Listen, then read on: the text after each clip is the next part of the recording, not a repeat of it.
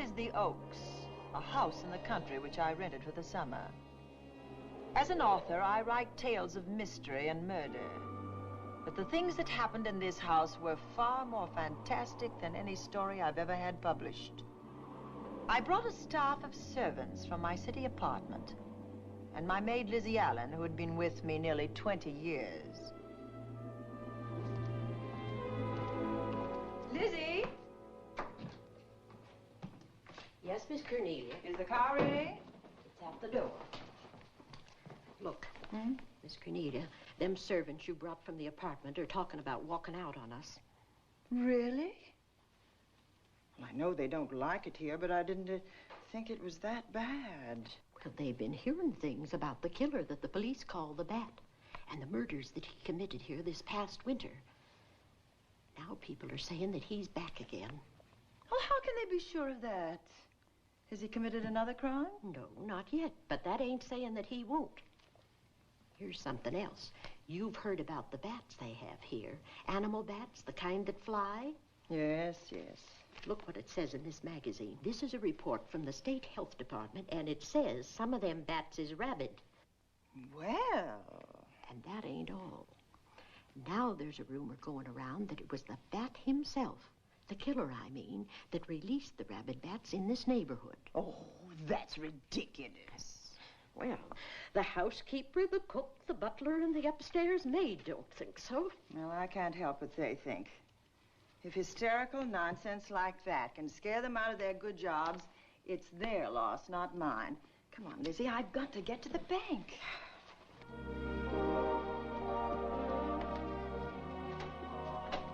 Drive directly to Zenith Bank, Warner. I'm afraid we'll have to hurry. It's near closing time. I'll get you there, Miss Van Gorder.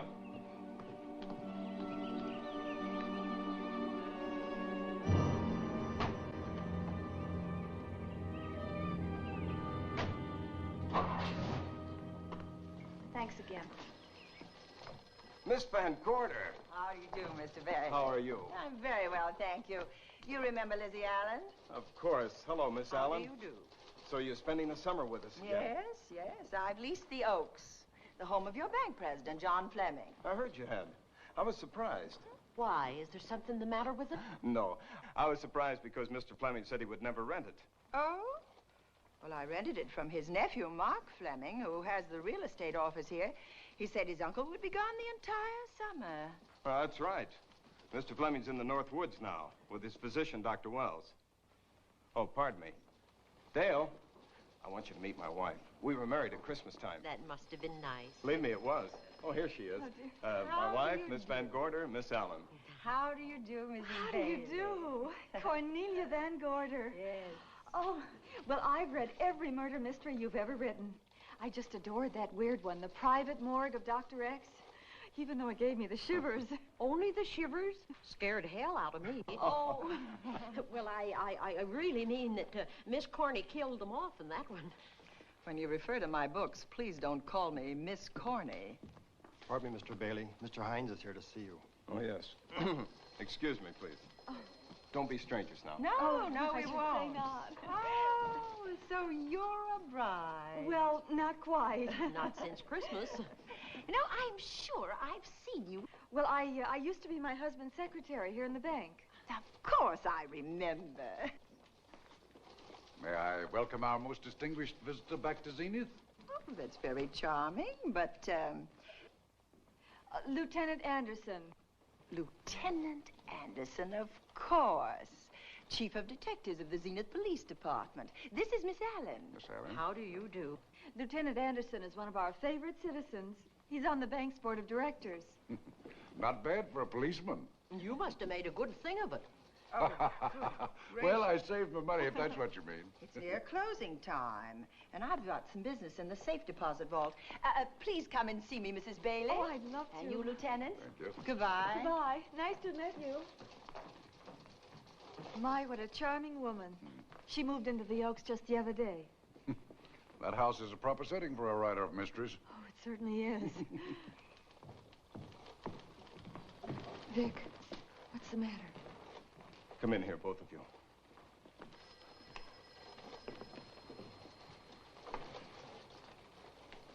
And Andy, we're in trouble. Wendell Hines came in to pick up $350,000 worth of bonds that we were holding as collateral for a loan. They were kept in our special vault. Mr. Fleming and I are the only officers of the bank who have access to that vault. So? The Hines bonds are gone. That's not all. Other negotiable securities are missing. From what I can gather, short of a careful check, the bank has been looted of over $1 million worth of securities. You'll have to notify Fleming. I wish I could talk to him. Unfortunately, he and Dr. Wells are deep in the woods. They can't be reached by phone.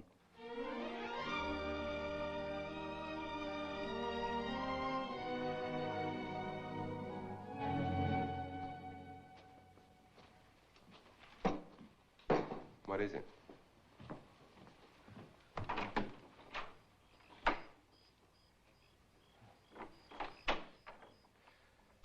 I thought I heard someone on the path coming from the lake. Had an idea it might be that guide of ours. Oh, Sam won't show up until morning. It's a 20-mile canoe trip from here to civilization. 5 will get you 10. Sam has a message for me. I thought you told him at the bank not to bother you. I did, but they'll bother me. Doctor. Yes, John. What would you do for $500,000? Anything short of murder. Why not murder? Too messy. Too great a risk? For $500,000? Yes. I pinched $1 million from the bank. Well, I'm not kidding. I embezzled it. Not that I think you wouldn't do it if you thought you could get away with it. I got away with it. I'm not talking about currency. I took negotiable securities that could be converted into cash. I have the cash. In 10s, 20s, and 100s. Well, I'm your doctor, not your lawyer. Why tell me this? You'll find out why. Who's going to take the blame for the robbery? Bailey, the cashier. They'll never suspect me. I like Bailey. Well, so do I. I love the guy. I gave him his first chance. He has a lovely little wife. Charming girl. Was the best man. Where's the $1 million? In my family's tomb in Zenith. In the crypt with my father's casket. I don't buy that, John. No? No. You forget that I had you in charge when you were a very sick man. When you raved in delirium. And I heard you talk about a hidden room. Now, where else could you put a hidden room except in that mansion you built? That white elephant you call the Oaks. Look, everyone knows I have a bad heart.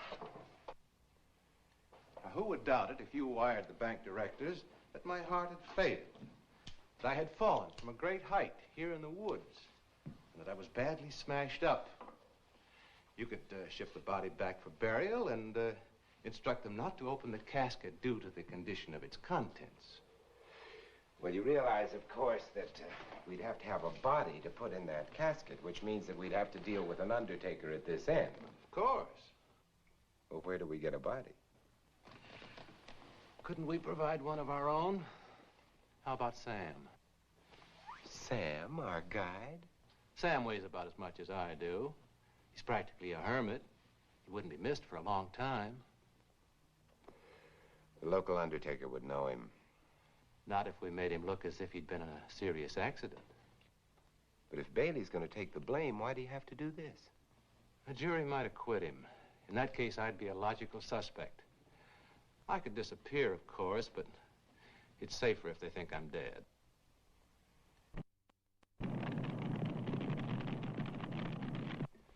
What if I don't go for this deal? In that case, it would be too bad. You mean you'd kill me? What else could I do? Now that I've told you about the $1 million, I'd say you were shot in a hunting accident. Now, look, Doctor, if you can find another body instead of Sam's, it's all right with me. There's $500,000 in it for you. I'll do my best. I smell smoke. So do I. What's that noise? Look, Doctor, the woods are on fire. coming this way. We've got to get out of here. Out the back way. We will. As soon as I provide that body we were talking about.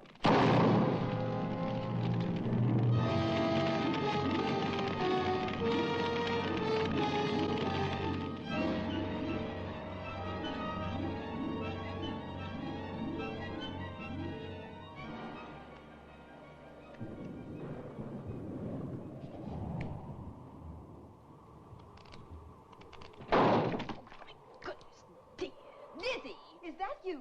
Yes, Miss Cornelia. There's a storm coming up, and it's gonna be a snorter. The wind nearly blew the door off its hinges. Well, that noise blew my game higher than a kite. I think I've lost some of the cars. Oh, I'll get them for you. Oh, I see you found the paper. Drat that paper boy, scooting by on his bicycle, just chucked it into a clump of bushes and let it go at that. For land's sake, Mr. Vic Bailey's been arrested. Oh? I think.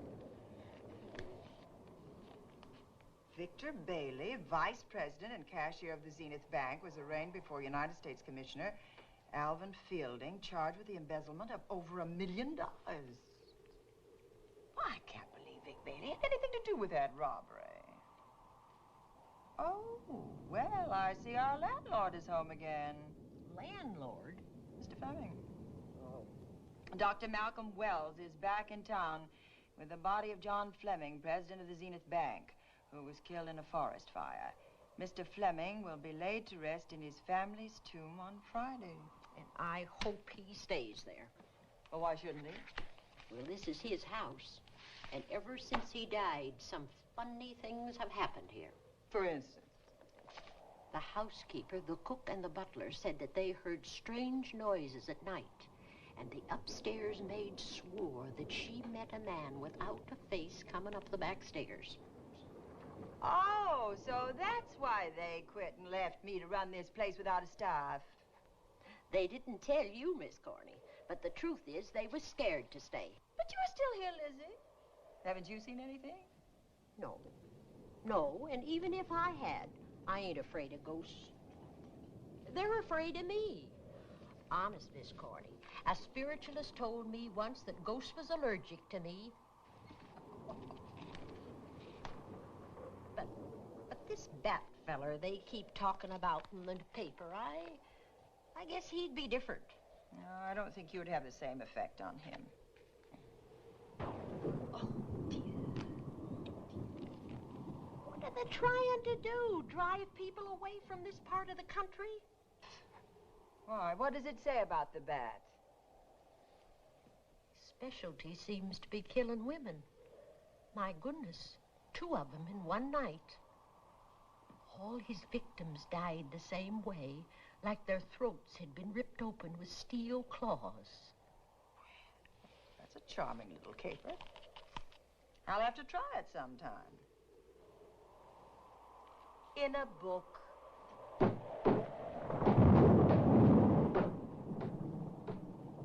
That ain't nothing, just something bumping against the house.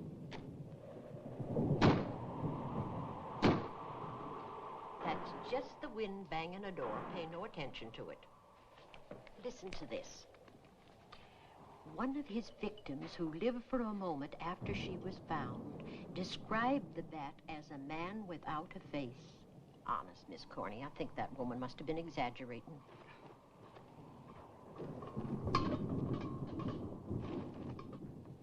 That's just that heavy tapestry at the top of the stairs. I know. I've heard it before on a windy night. That sounds as if there was someone on the stairs. I know there isn't. At least there shouldn't be. There ain't. Them's just the noises you hear in any old house on a windy night. It says here that the bat never leaves no fingerprints. That's understandable.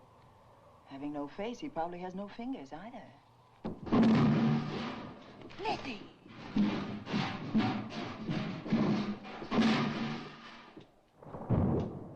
And that, I suppose, is the cat dropping its dentures. No, I don't think so. But I think it's something should be looked into.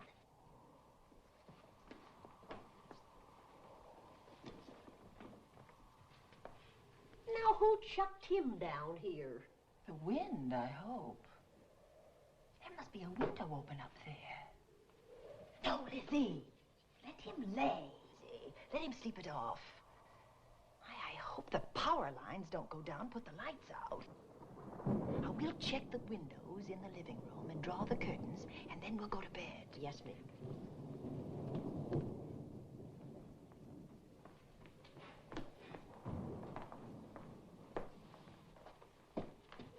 I won't be a minute.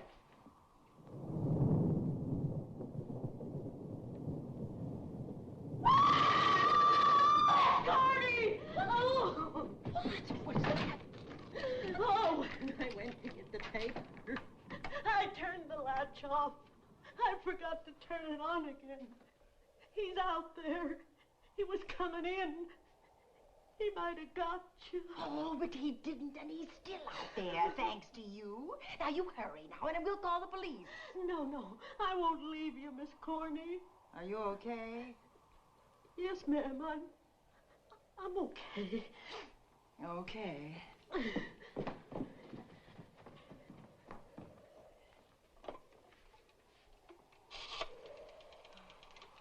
Operator? Give me the police department, please. Zenith Police Department. This is Cornelia Van Gorder. I'm living at the Oaks. We know about that, Miss Van Gorder. Just a moment ago, a man tried to force his way into this house. You're not alone there, are you? What about your servants? Well, I have none except my chauffeur, and he's away. He won't be back until the morning. Now, there's only 2 of us here tonight, and we're going to lock ourselves in my room. Now, if any of your men see anything, will you have them call me? I'll send officers over there right away. Oh, thank you very much. Come on, Lizzie. We're going to sleep in my room.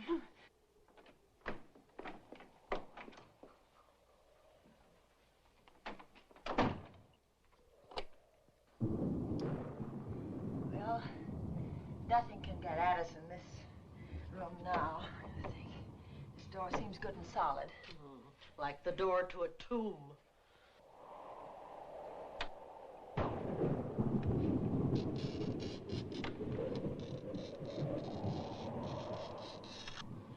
I think that couch will be comfortable. There's some extra bedding, you know. Yes, ma'am. Closet. Let's see now.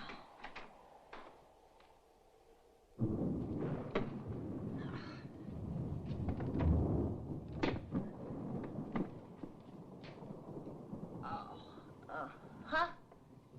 No bolt. Well, that's not so good.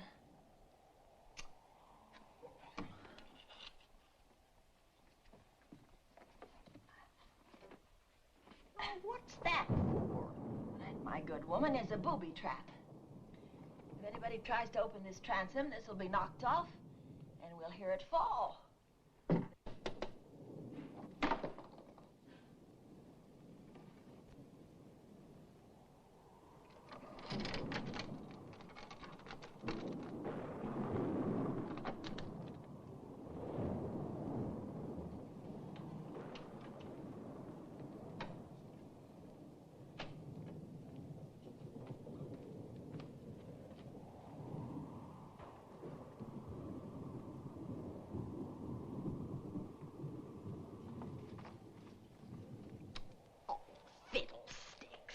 I forgot my night things, my robe, my gown, and my slippers. I'll go get them now. Now, wait a minute, Lizzie. I'll go with you. Now, don't you bother, Miss Cornelia. My room's just down the hall. Lizzie, I told you to wait. It's all right. I'll only be a second. Get in here. Get in here.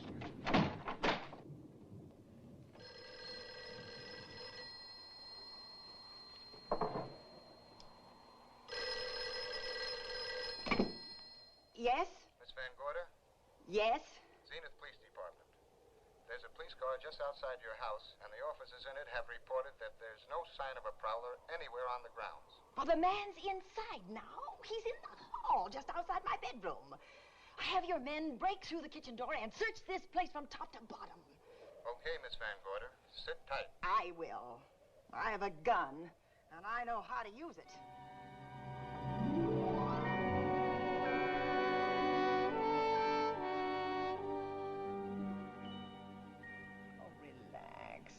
relax, Lizzie. The police did a good job. They couldn't find anybody in here.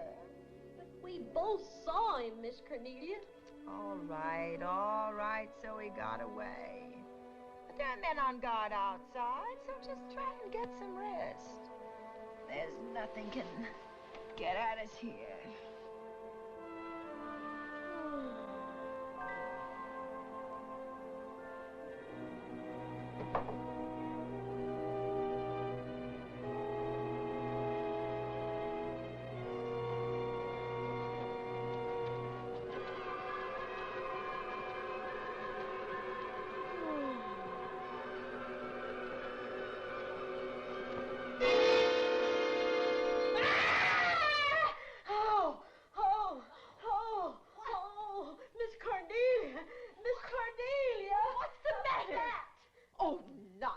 You've had a nightmare. Maybe I did. But there was a bat and it bit me. And it flew in that closet. Oh, good gracious, Lizzie, you're right. Oh.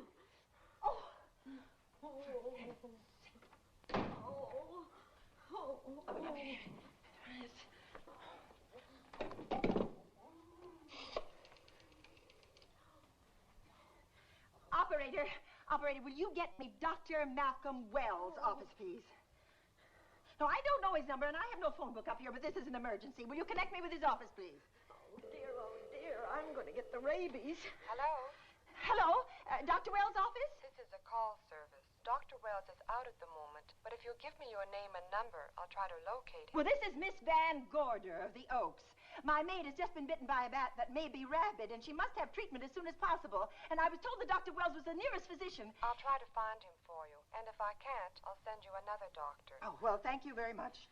Oh, he's out on a case. Oh, I hope it's not a delivery. A baby, I mean, they can be terribly complicated.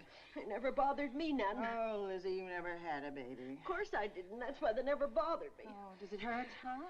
Little.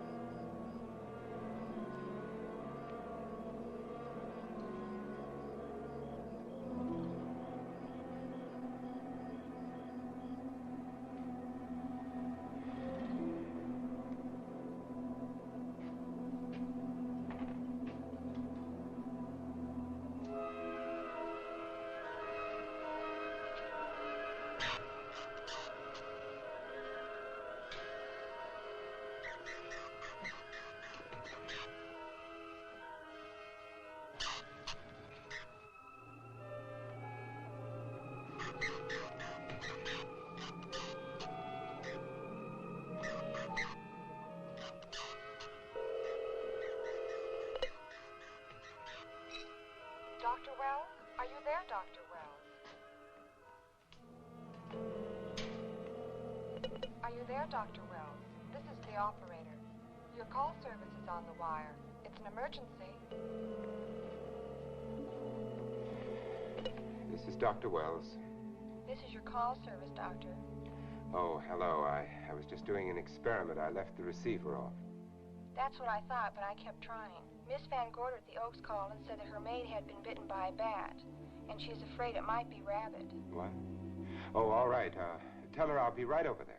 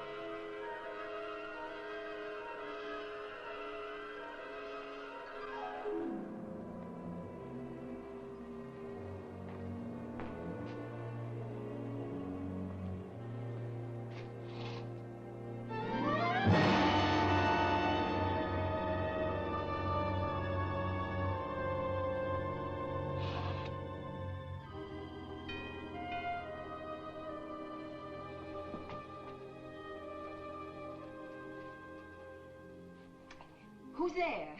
Dr. Wells. Come in. Good evening. Oh, I'm so glad they found you, Doctor. Well, I reached my office shortly after you called. How is your maid? Is she in any pain? No, she doesn't seem to be. Did the bat get away? No, I believe it's still in my bedroom. Oh, good. I'll want to examine it. There you go, Miss Allen. Now you feel better? Doctor, have I got the rabies? Well, I can tell you better after I've examined the bat's brain under a microscope. That thing's got a brain? Oh, you'd be surprised. Where is it? I think the little darling is in that closet. Oh. You know, it's a pity you leased this house, Miss Van Gorder. Why a pity? Well, my dear lady, I don't want to alarm you, but... Oh, well, after tonight, nothing can alarm me. Yes, I understand. It must have been terrifying.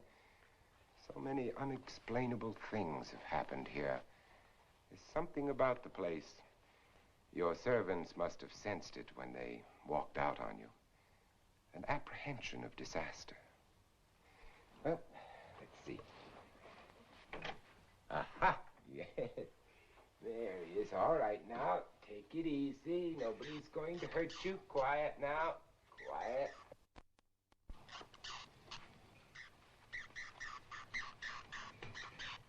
He looks quite normal. Doesn't seem to be sick at all. Oh, ain't that nice? I've been worried about him. Well, you should be. From his appearance, I'd say that he doesn't have any infection. In which case, you've had a narrow escape. Now, you take one of those tablets I left for you, and I'll guarantee you a good night. And I'll drop in on you tomorrow.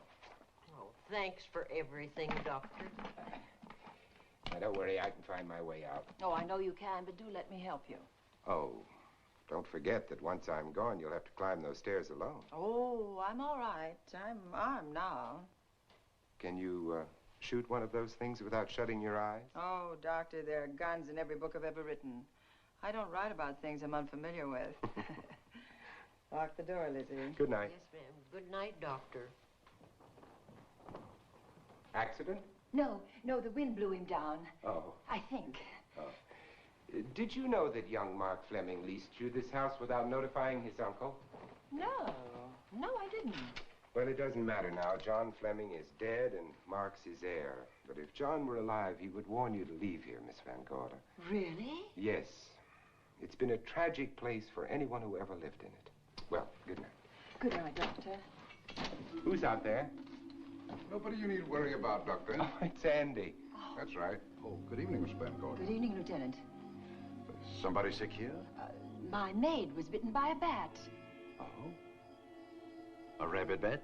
Well, I'll know for sure when I get to my lab. I caught the bat. It happened indoors? In my bedroom. Yes. How'd it get in? Well, there are many ways a bat could get in a house. You ought to know. I spotted this hole in the window the minute I got here. Why? That's where the two-legged bat got your door open. Miss Van Gorder told me that she phoned headquarters at Zenith. Yes, I phoned twice. The second time was after the prowler got in the house. Weren't you at headquarters, Andy? No, but they contacted me. An officer came and searched the house from top to bottom, but they couldn't find the bat. You better have this window fixed tomorrow. Oh, yes, I certainly shall. Yes, and I'd better be going. I'm due in surgery at 8 o'clock in the morning. Good night. Good night, Doctor. There will be a man patrolling the grounds all night, Miss Van Oh, Gorder. thank you. And nobody inside, Andy? Why should there be? Well, how do you know but what the bat is hiding somewhere in the house? I'm quite sure he isn't in the house, Doctor. Not now. Good night. Good night.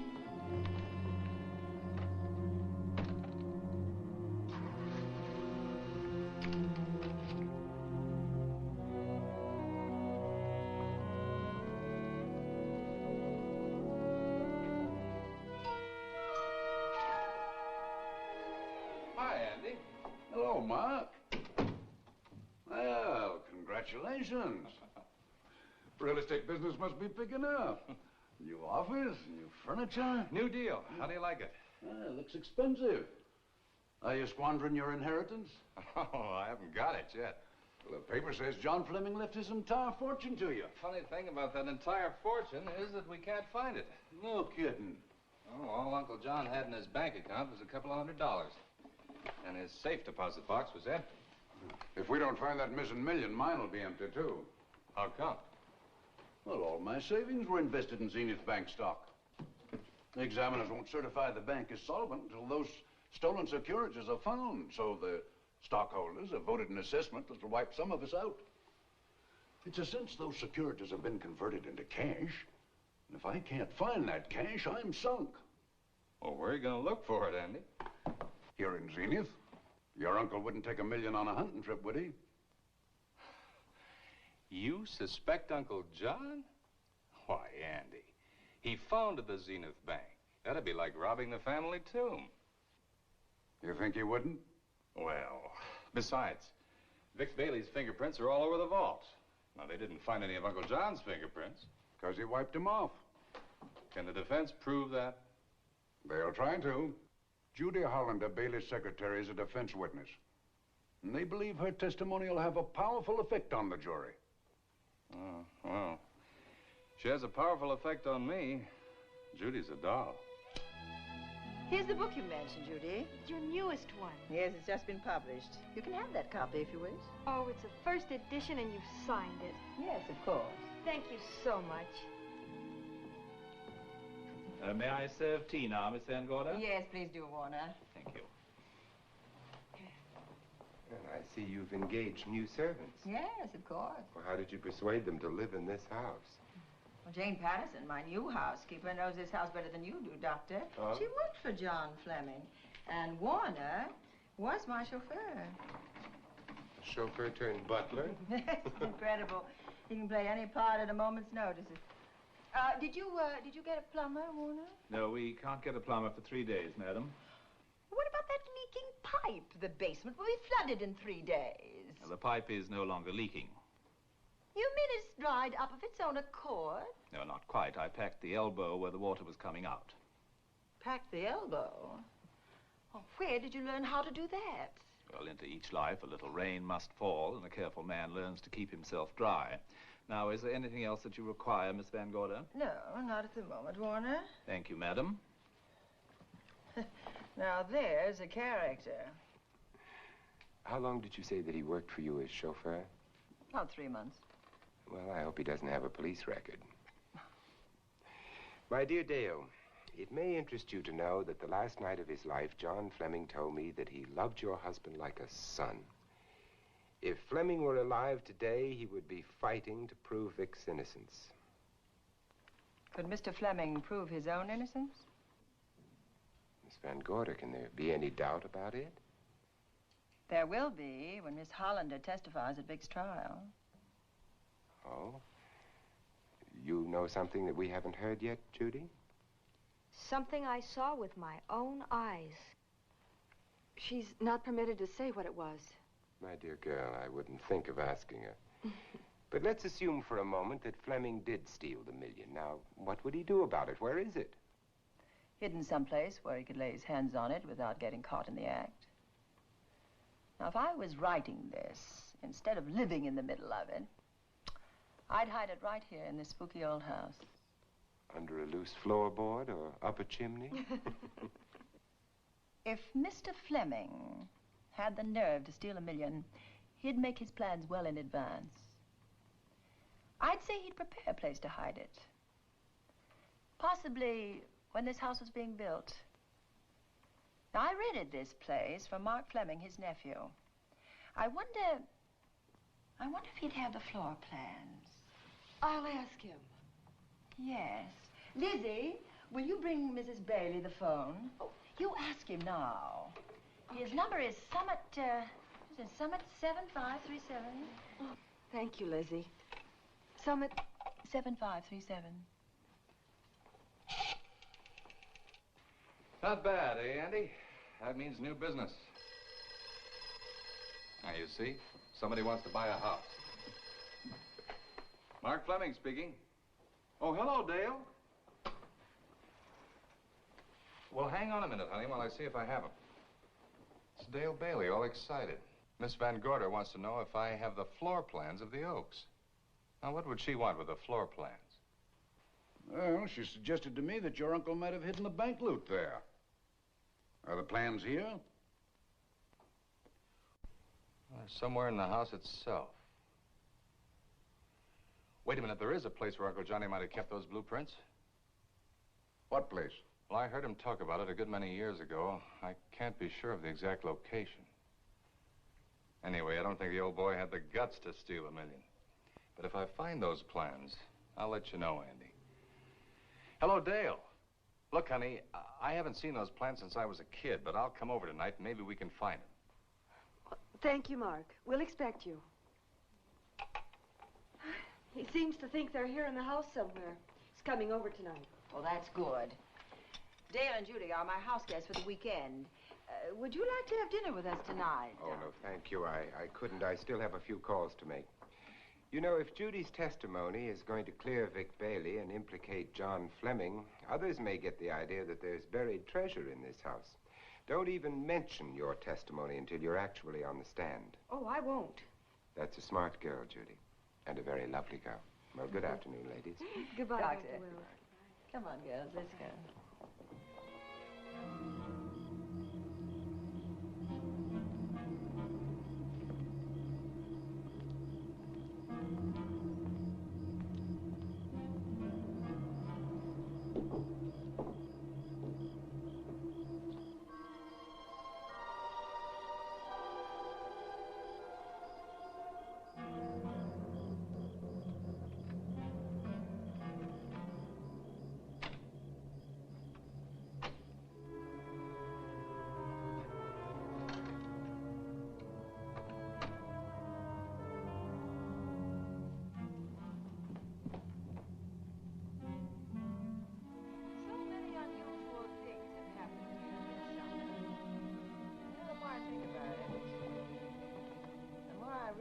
I should be putting them down on paper.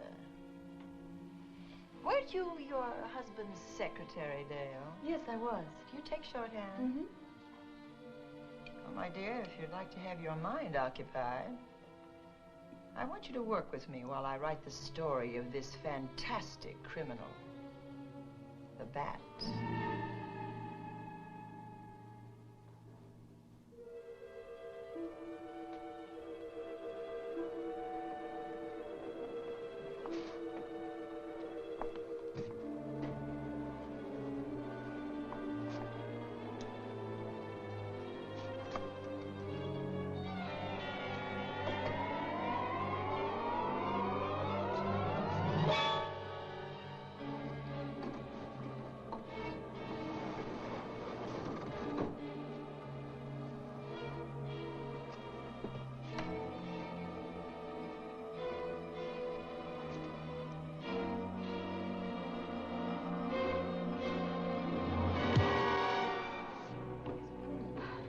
Wonderful dinner. Thank you. It's really nice. A good dinner, Lizzie, as usual. Wonderful. Oh, what a lovely piece of silver. It's an original, isn't it? Yes, they still use them in England for buffet breakfasts. Some hot water in the bottom. Keeps your kippers hot, your sausages, your scrambled eggs. Interesting. It's very useful. Really nice.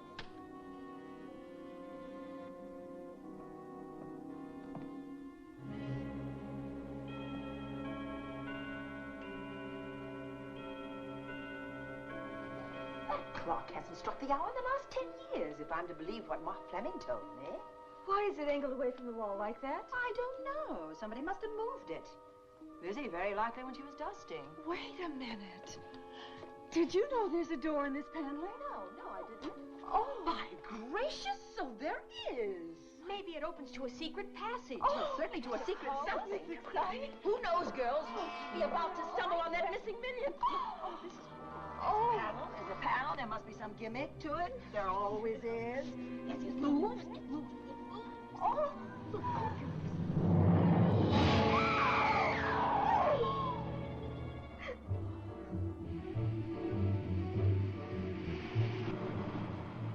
Calling car 11.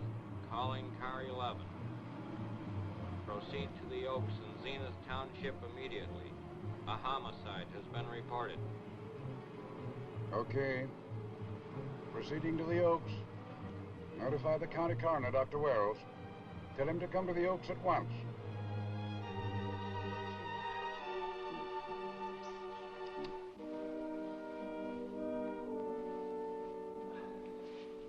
Horrible. As if his throat had been torn by some creature with fangs or claws. That's his sign. We found it on the others he killed. I'd hoped those reports that he was up to his old tricks again were pure imagination, but apparently they're based on fact. He's come back. Back to the scene of his kills. Yes, that's who I mean. That's who did this. The bat. Who found Mark? We all did.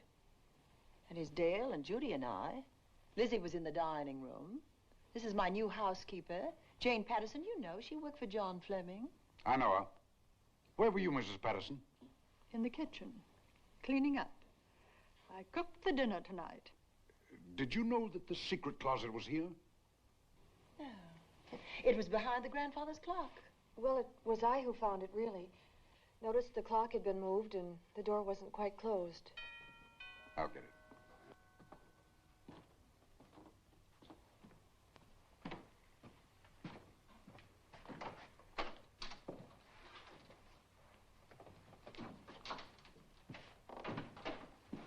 Who is it?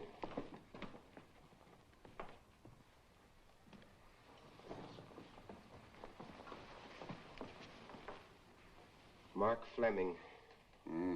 As coroner, you saw the same wounds on the others. How long's he been dead? Oh, I'd say about a half an hour. You believe it was the bat? That's a bat's trademark. Perhaps he's still in the house. That's possible. Why should he be? Because he's looking for something, and like you, he believes it's here. And he's a persistent killer. I would advise you to get out of this house as quickly as possible, notwithstanding our expert police protection. Have you called the morgue? They're on their way here. Oh, good. I want to examine the body before they get here. May we take it into another room? Yes, to the sunroom in the back. Thank you. Give me a hand. Excuse me.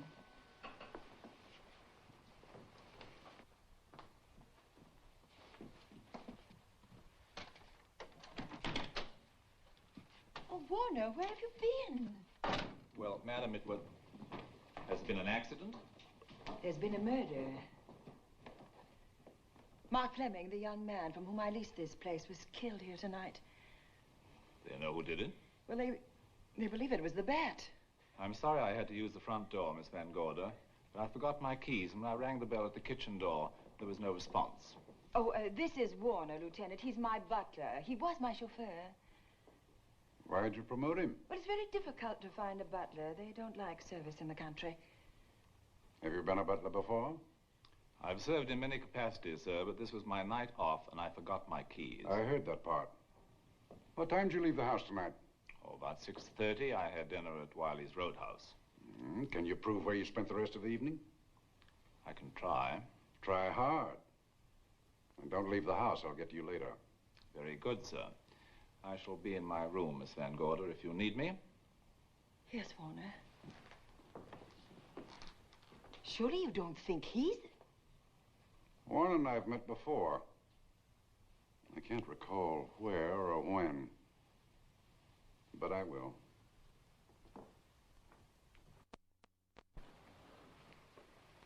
There'll be a crew here shortly from headquarters, dusting for fingerprints, taking photographs. But in the meantime, Mrs. Patterson, you aren't leaving the house tonight, are you? No, Lieutenant. Don't. I'll talk to you in the morning. Good night. Good night, sir. Good night, Miss Van Gorder. Dale, I was with Mark Fleming this afternoon when you talked to him about the floor plans of this house. I heard him tell you he was coming here tonight. Dale called him at my request. She told me he was coming. Who else heard her tell you that? Judy, Lizzie. And that nice Dr. Wells. Dr. Wells. There are a few killers who kill for the fun of it. The bat very likely is a mental case, and I'm convinced that his crimes are motivated by his mania for personal gain. There's $1 million at large, and he's going to keep on hunting for it until he lays his hands on it. Now, these young ladies are staying here tonight? Yes, they're my house guests. Well, when my crew arrives, we'll be busy for a while, so I'd suggest that we go to our rooms? That's a very good idea. Come on, girls. What about a police guard for this house tonight, Lieutenant? You've got one. I'm going to cover this place tonight from the attic to the basement. If the vet makes another call, I'll have a little surprise for him. Who is he? Have you any idea?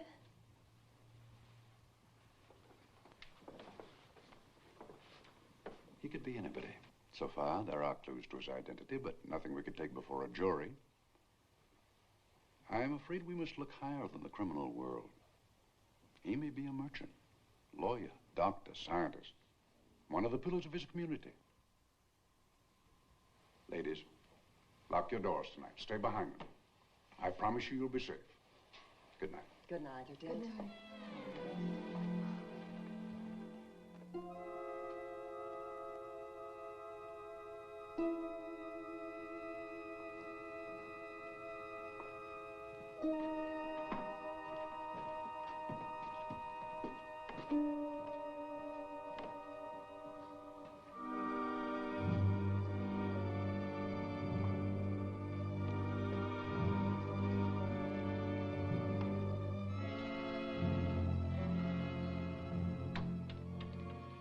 Poor Mark. Yeah, it's a pity. So young. Well, Doctor, do you agree it was the bat? In my report, I shall say the death was caused by the same technique used in the other killings. A paralyzing blow to the throat, followed by severe lacerations of the jugular, resulting in excessive hemorrhage. In a layman's language, he didn't know what hit him. Oh, he knew. But he didn't have time to think about it.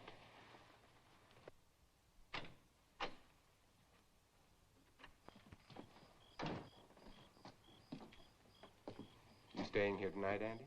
Well, until I check the doors and windows, but I'll be back bright and early in the morning.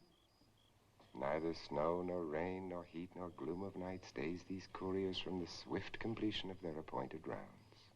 A lot of people are due for a shock when I close this case. Yes, I'm sure they are. Good night, Andy. Don't get hurt. Good night, Doctor.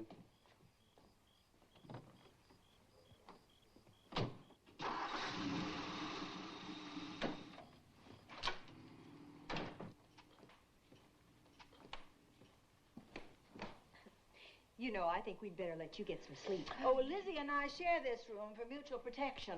You know, one night, a storm blew the wires down, put the lights out, and I went out the next day and bought a half a dozen of these things. You better take one with you, Dale. Oh, thank you. We'll go across the hall now. Are you sure there's nothing else you need? Oh, no. Quite sure. We'll be all right. Well, if anything bothers you, you just sing out, and 2 strong women will come to your rescue. Oh, nothing will bother us. Not with Andy on the job. No. Well, good night. Good night, Miss Van Gordon. See you in the Don't morning. worry, everything will be all right. We won't. Good night. Good night.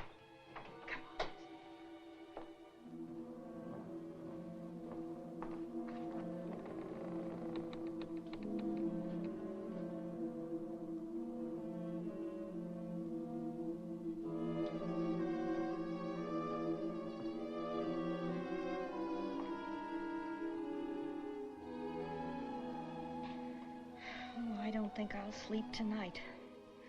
Me neither. All I can see is poor Mark Fleming staring at us. I thought that when people died, their eyes closed, as in sleep. Don't think about it. I'll bet you're thinking about it. No, I was thinking of my poor husband sleeping in jail tonight. Oh, Judy, I love him so much.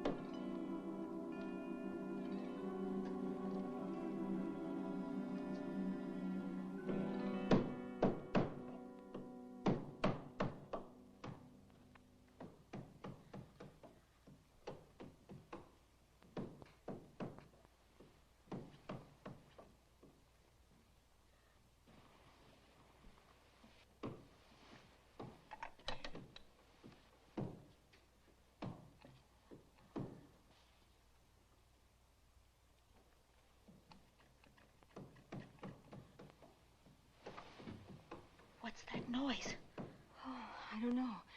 I kind of fell half asleep. For a moment, I thought it was something from a dream. It's somewhere in the house. Yes, on the floor above. Not directly over us. Probably a room overlooking the driveway.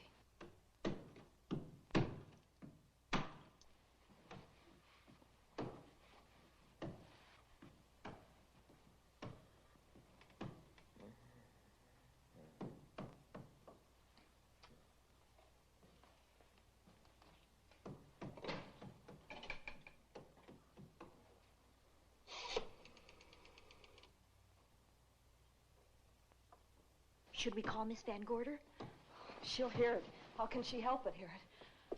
Oh, besides, we don't want her to think we're a couple of hysterical women. Well, I'm about to become one. Oh, dear. I had it for one night. Dale, you're not going out in that hall. I want to know what's happening up there. But Lieutenant Anderson said if we stayed behind our locked doors, we'd be safe. Vic isn't safe locked up in that jail. Oh, but suppose that stolen money is in this house. Mark Fleming seemed to think it was. Maybe that's what somebody's looking for.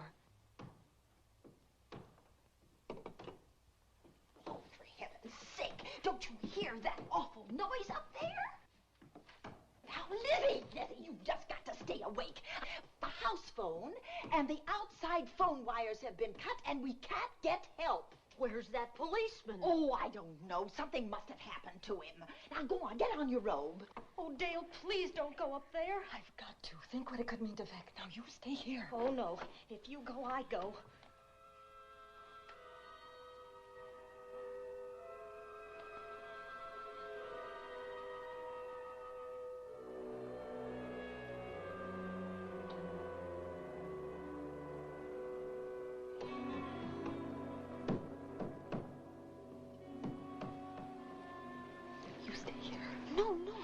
Go up there alone. You wait here. I'm going to see what it is. Oh, please let me go with you, Judy, will you warn me if anyone comes? I'll only be a moment. Now, wait.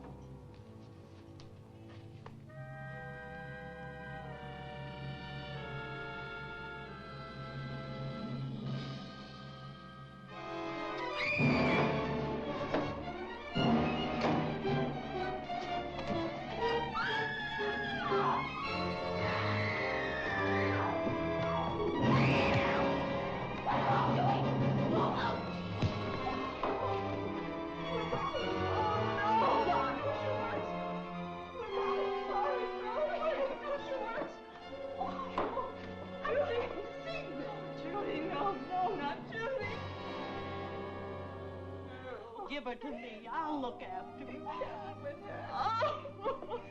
Oh, Dale.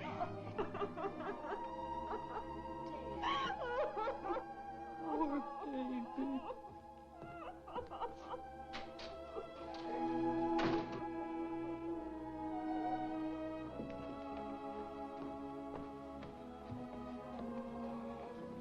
Judy.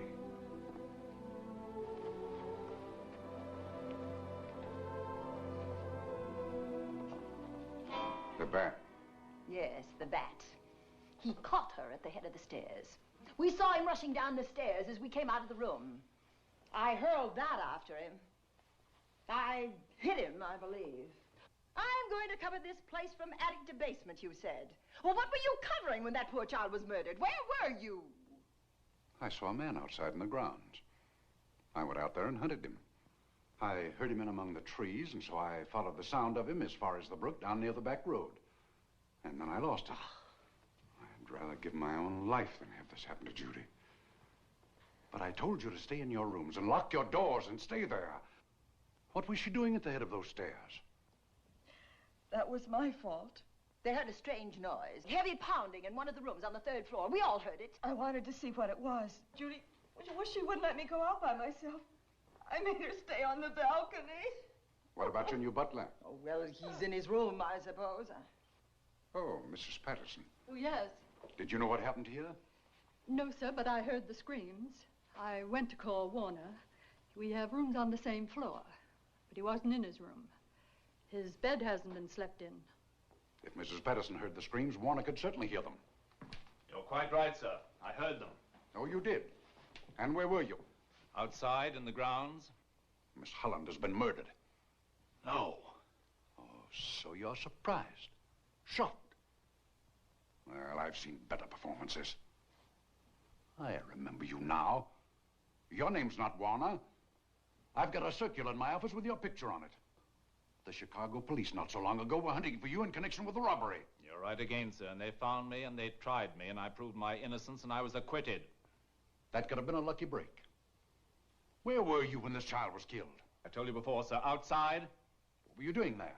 I was following you. I saw you leaving the house and it seemed that you were hunting someone. I thought you might need some help. Oh, yes, sir. I followed your flashlight down through the trees. Then it disappeared. And then suddenly, as I was staring out into the darkness, I was struck by something on the back of the head. The next thing I knew, I was lying on the ground. I realized I'd been knocked out. I wish you had been knocked out. But then we'd have found you with your mask still on your face.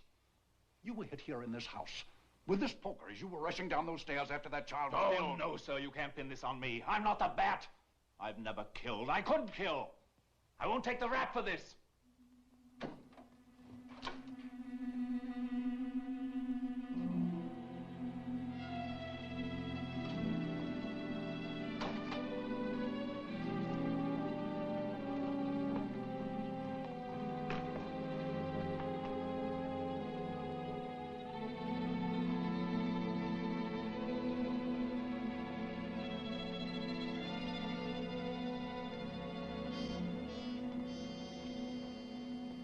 Doctor.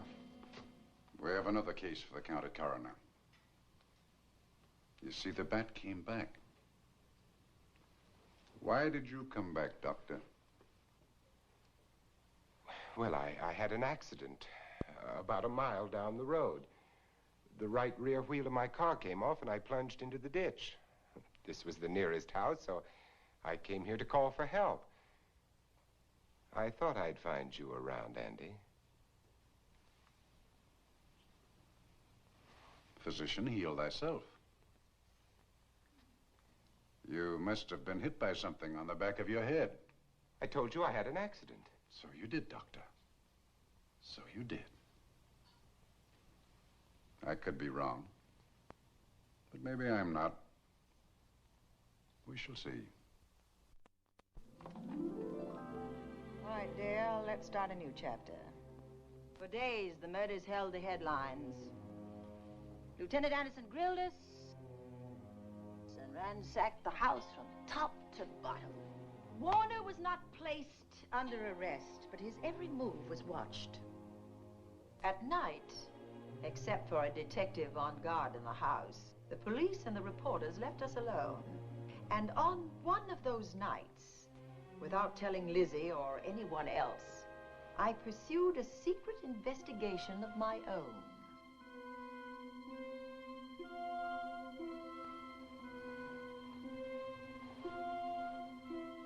It was in an empty room on the 3rd floor where we kept our trunks and other things.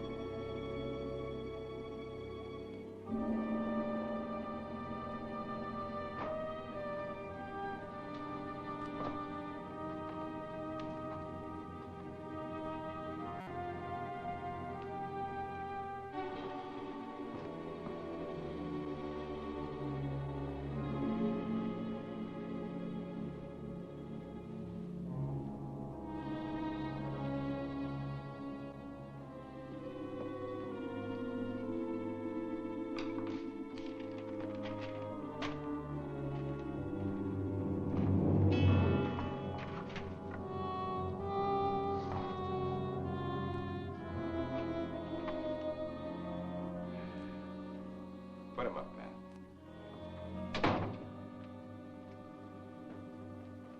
It's a bright idea to kill me in my own lab and let people think that I'm the Bat. But you had to kill me first. What was it to be, ambush? And clever as you are, you're not smart enough to do that. Nor were you smart enough to find the money, though you came quite close to it. But I know where it is. And when you're dead with that sign pinned on your chest, I'm going to collect it and live happily ever after. He destroyed himself. How true that will be. Well, goodbye, Bat. Here's a serum that will heal you whether you're rabid or not.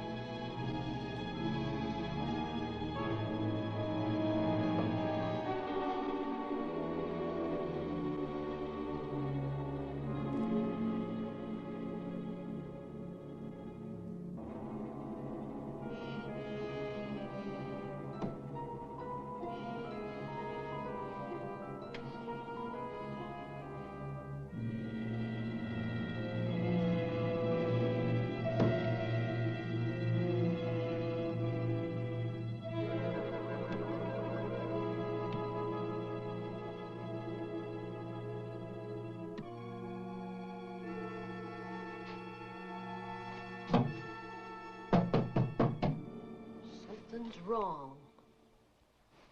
Something's wrong.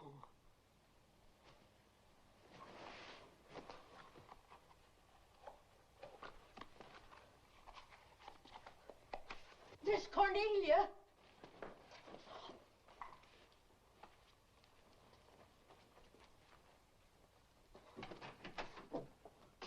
Miss Cornelia!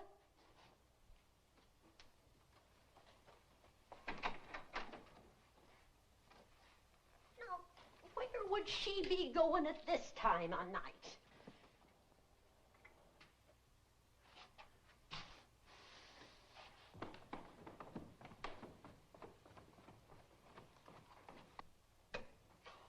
Well, land's sake.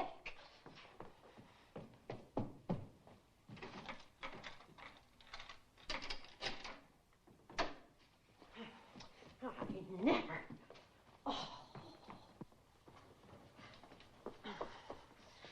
Mr. Davenport. Mr. Davenport. Oh, a fine thing. The door unbolted, the chain off, and you asleep on the job. Wait till Lieutenant Anderson hears about this. Come on, wake up. What's the matter with you? I don't know. My head hurts. My whole body's numb. Here, take a sip of this. Try to snap out of it. I'll be back in a minute.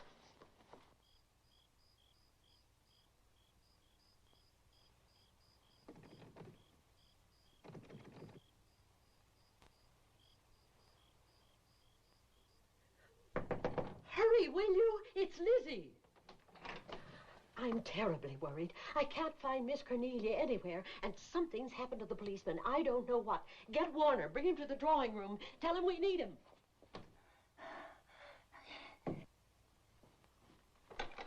Are you all right now? Yeah, I'll be all right in a minute. I remember now. I took a drink of wine from that decanter there. Miss Van Gorder told me to help myself. She wouldn't put nothing in it? Well, somebody did. Somebody who knew I was on duty here. Then it was somebody that got Miss Van Gorder. I can't find her anywhere. Upstairs, downstairs, or in the basement. I told the housekeeper to get Warner. Lieutenant Anderson will want to know about this. Hello. Yeah, this is Davenport at the Oaks. We've got trouble here. Well, for one thing, I was drugged. Yeah. But I must have been knocked out because the maid tells me Miss Van Gorder's missing. Well, you better call Anderson and let him know. He's not at home. Well, where is he? Out on a case? What case? Dr. Wells. What else did they tell you about it? Oh, hurry, will you? We've got to find Miss Cornelia. Okay. Lieutenant Anderson is out on a case. Dr. Wells was found dead in a room next to his garage, murdered. Dr. Wells? There's something queer about the killing of Wells, but headquarters won't talk about it. Lizzie, Warner isn't in his room. There's no sign of him anywhere. And I was supposed to keep an eye on that guy. Where's Miss Cornelia? That's what I want to know. Wait a minute. Didn't you say that the chain and the bolt were off of the front door? I certainly did. Well, maybe Miss Van Gorder went outside. Oh, she never would. We better look. I can't breathe. There's no air.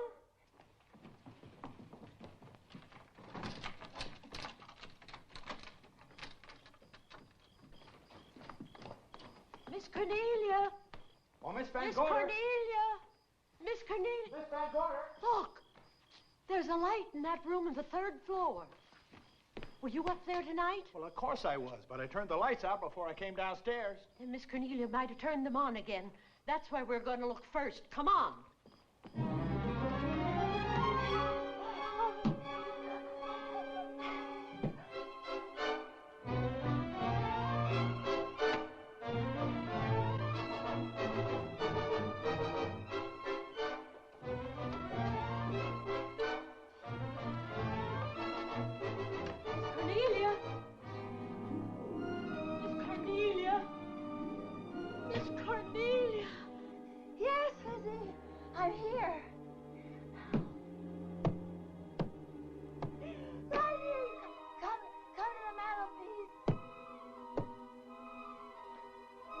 Here we are, Miss Van Gorder. What do we do now?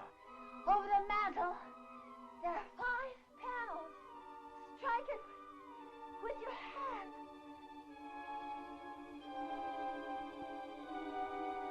Which panel did you say, Miss Van Gorder?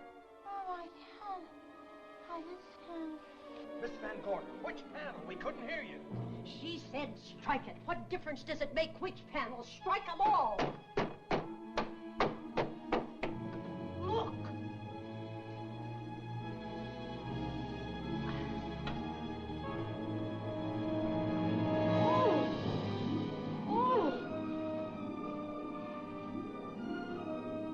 Oh, it's all right now. It's all right, dear. Lizzie's here.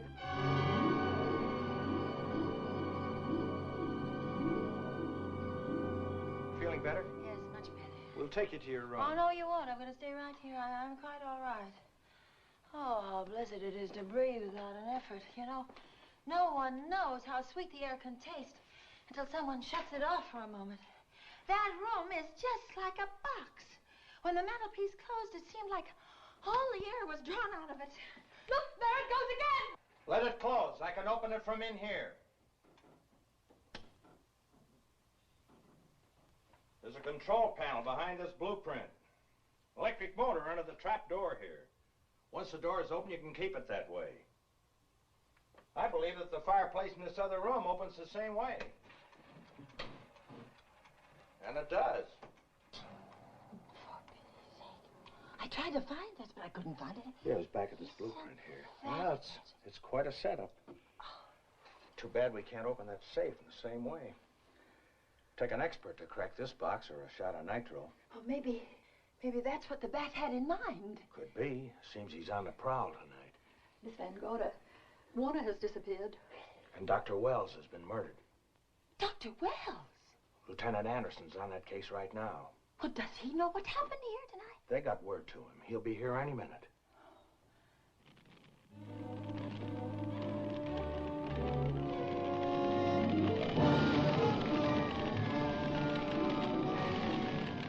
What's that noise? Miss Van Gorder, the garage is on fire. Scott, look at that. Lizzie, put that light out in the other room. Now, where are you going? To report the fire. Well, you just stay right here. Miss Van Gorder, the garage. Well, let it burn. You watch the stair. Can't you see that fire was set to get us out of the house? Out of the house? Were you talking about the... Yes, I'm talking about the bat. Now that the lights are out, he'll think his trick has worked, and we've gone. He'll be here any minute. Well, so will Lieutenant Anderson. I hope so, but the bat will be here first. And he'll kill again if we're in his way. We've got to be as clever as he is.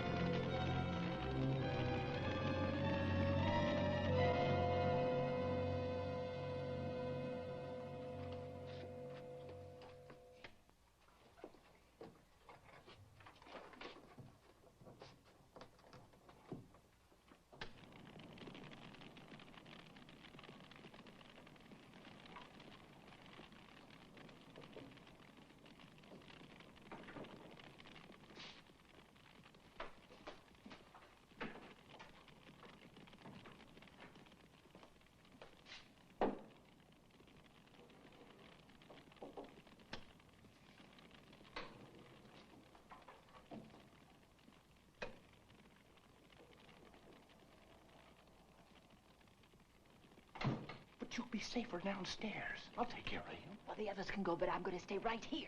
All right, but get out of sight.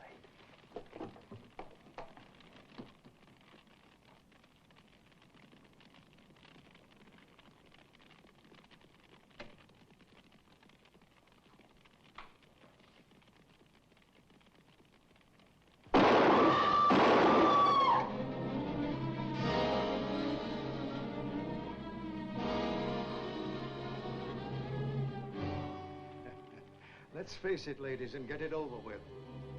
Others have seen my face before they died, but I'll have to deny you that pleasure. This would make a good scene for your book, Miss Van Gorder, but I'm afraid